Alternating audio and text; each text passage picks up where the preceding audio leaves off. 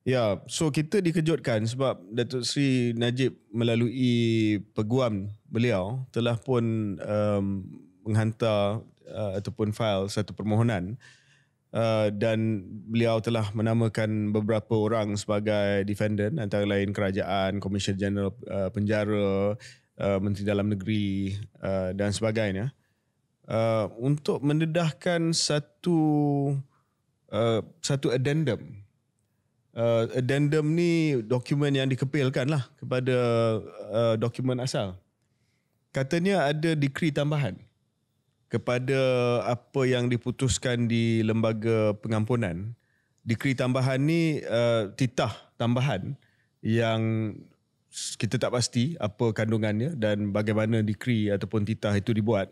Titah ni datang daripada Yang Tuan Agong lah pada waktu itu, Sultan Abdullah, bahawa baki tempoh penjara dilaksanakan sebagai tahanan, sebagai home detention lah. Ini satu yang mengejutkan cara, sebab saya ada dengar lah, sebelum ni kita tak berani cakap, tapi saya ada dengar sewaktu kes pengampunan 50% ni dibuat oleh lembaga pengampunan, saya dengar bahawa mungkin ini minta maaf lah, spekulasi sikit ya. Selepas mesyuarat lembaga pengampunan selesai, satu addendum, satu titah tambahan dihantar. Ini tak pasti, sebab tu Datuk Seri Najib dia file di mahkamah sebab dia nak tahu kebenaran ni. Dia tahu. He knows what happened sebab dia nak tunjuk bahawa benda ni sebenarnya berlaku.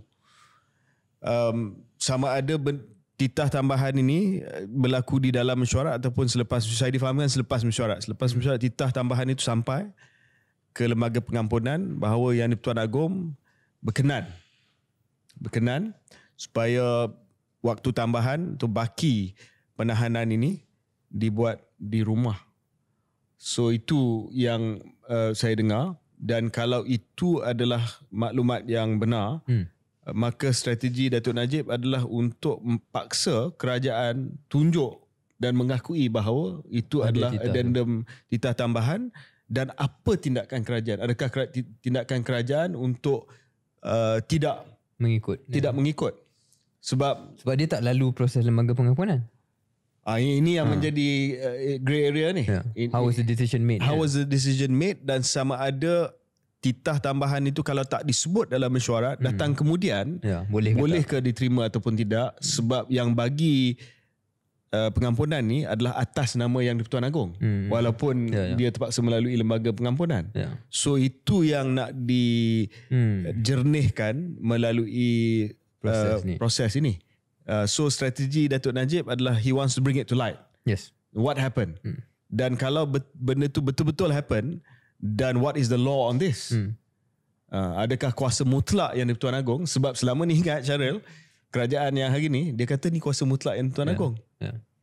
So they may have snookered themselves.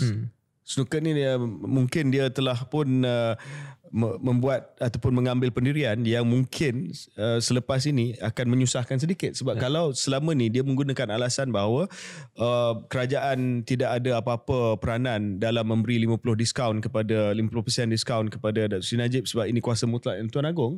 Kenapa yang ini tidak diikut? Yes. Kuasa mutlak. Kalau benar lah. Kalau benar. So kita tunggulah.